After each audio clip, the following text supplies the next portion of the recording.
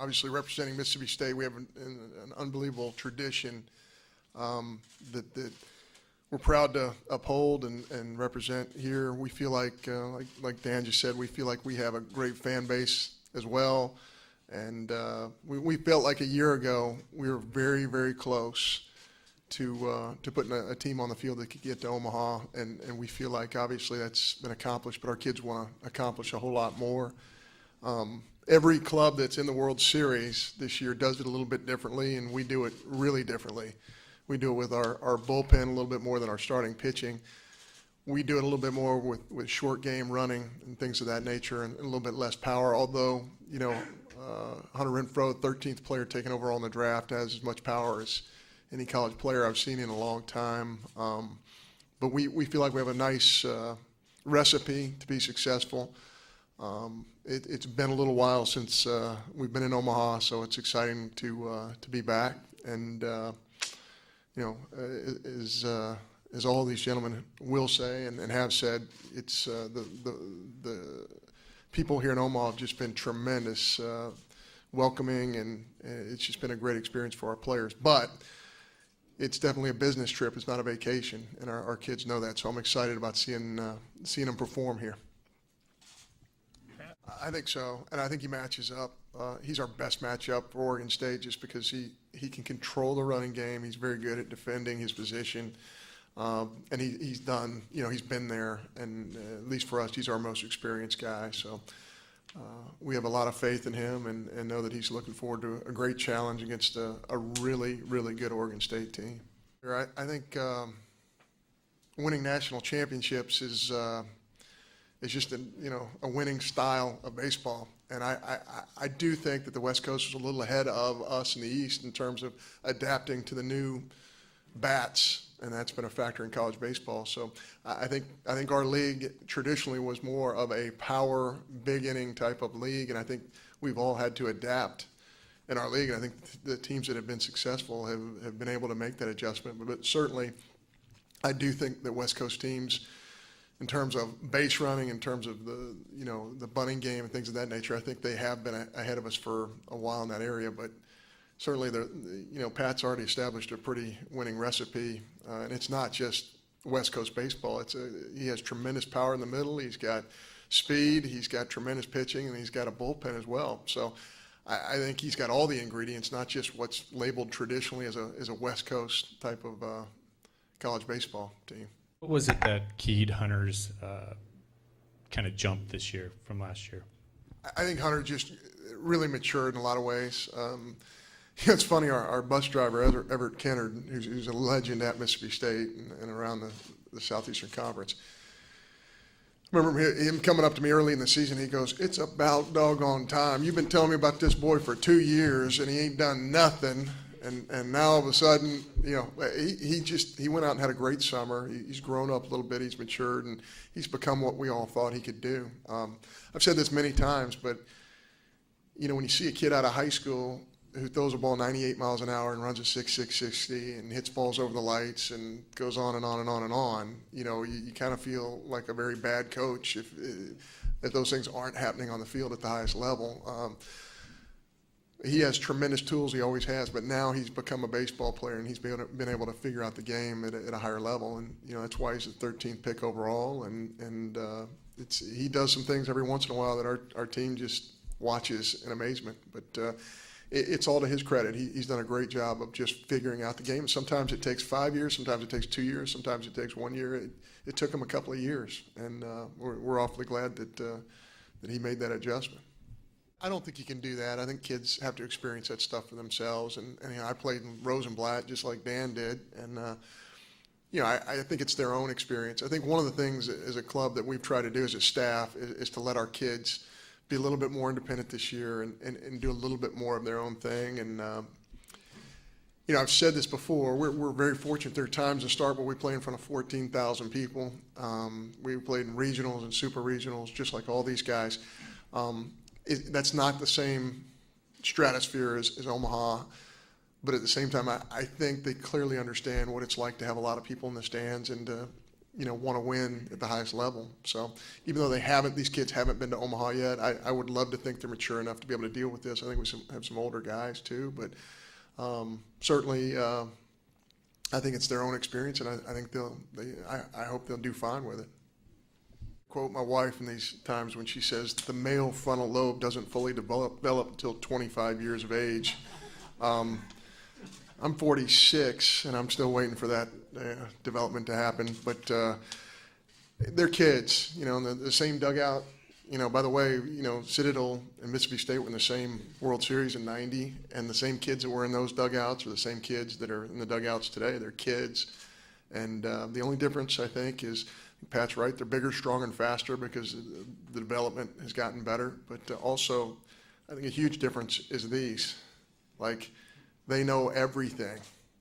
They know everybody's RPI. They know everybody's numbers. They know what he hit in college. They know what I hit. There's no secrets. I think at one point when a coach said something, everybody said yes sir, and they shook their head. You better be right now, because everybody's gonna, they know. So I think that's one big difference. But I would agree with Pat. Kids are kids, and they're gonna have fun. They're gonna work at it, and the teams that end up in Omaha are the teams that that balance those two. I love numbers. Dan was a math major. I was actually an English major, but I do like numbers in our sport. But I think our sport's so much different than professional baseball simply because we don't play the same teams over and over and over and over again. I think numbers do matter when you do that. When you play a team 3 times in your league and then you don't see them maybe until the conference tournament or conceivably in the College World Series or Super Regional, it just the numbers don't. They're not what you want them to be. But I think I got the same email you did about bunting. And I responded to that email by saying, we hit a whole lot of doubles this year because a third baseman was even with the bag expecting a bunt. And there's no statistical data to support that whatsoever. None. It's kind of like the shortstop who dives, a ball in the 6 hole, keeps it in the infield, keeps a run from scoring. There's no statistical data that says he just stopped a run from scoring. There's no out recorded. There was a hit. This guy makes an unbelievable play. It's not recorded anywhere. There are a whole lot of things that happen in our sport that there's no numbers attached to. And, so numbers have their place, but at the same time, trying to pressure other teams and making making decisions based on your own roster is really important. And nobody really knows your roster like you do. And that's why these guys are here, because they can really know how to make their roster work. So, yeah, I love the numbers part. I read all that stuff. Does it work at this level? I don't think half as much as professional baseball. I will say, having been in Kentucky for 5 years, it's just my opinion. I'm probably wrong, but I think it's a little easier to adjust to a bigger ballpark if you play in one. When we played in a very small ballpark at Kentucky, it's pretty small, isn't it, Dan? Especially on the right side. It's a tougher adjustment, especially for your right fielder and center field. But if you have a normal ballpark, and this probably isn't as big of an adjustment, and our ballpark plays pretty big. We've been very fortunate. We play in a big ballpark, then we went to Hoover and played in a big ballpark. We hosted a regional in a big ballpark, and then we went to Charlottesville, which is a pretty big ballpark. So this I think, helps us a little bit, but Case is right. If you got the guy standing in the wrong spot and you make the wrong pitch, and none of that matters. It's just conversation. 5th or 6th inning, that's good. If we can do that, I'm going to be thrilled. We feel really fortunate that we have some kids who have bought in, who are pretty selfless kids. Nobody goes to college and says, "Man, I really want to be the middle guy at Mississippi State or the left-on-left guy." But we've had some guys who really have bought into that, and Chad Gerardo has just been on a roll for us in the middle of ball games. Obviously, Ross Mitchell's been on a roll for us in the middle of ball games, and Holder's been great for us at the end. They enjoy their role, and I think our pitchers have had the luxury until now of saying, "Man, if I can just get us 2 times to the order, it's great. Man, if I can get us 3 times to the order and I can get us that much closer to Holder, that's even better."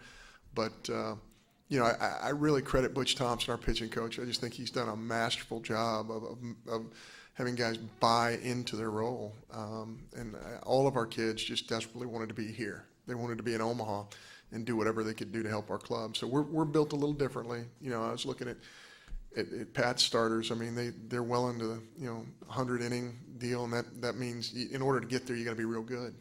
And I'm not saying that our starters aren't real good. I'm just saying that our bullpen has done a great job of kind of picking that up. I don't know if there's a reliever in the country who's 12-0. I mean, we have a guy who's 12-0 out of our bullpen. So, which either means he's got really good timing and he can come in there and just vulture a win away from somebody else, or he's that good. But, we really feel fortunate with our bullpen. I feel like Gomer Pyle walking underneath the stadium here. It's like, wow, look at this room. They got this. They got the blue room for just hanging out, and then they got the locker room deal, and then they got the cage room. I mean, I'm from Starkville, Mississippi, right? I mean, this is really cool stuff. I think they've accomplished a lot. They've accomplished a lot for the fan, and they've also accomplished a lot for the players and the coaches. I think I just can't imagine how much planning went into this, because it's spectacular. So I'm just, we're just thrilled to be a part of it. Kendall struggled in maybe mid-season. What has he done recently? I think he's gotten a little less amped up, and it's a concern to me when he's going in like 91, 92, 93 in that area, because he really is that guy who needs to sit 87, 88, sinking the baseball. I think his command in the middle part of the season was just exceptional, and his command wasn't as good in the latter part of the season, but he's such a tremendous competitor. We have a lot of faith in his ability to throw the baseball to location, and he's going to have to, because he's facing a really good offensive club tomorrow. And I think he's a guy who loves to study it, and I think hopefully he'll come out and not be as amped up and be able to throw the baseball where he wants to.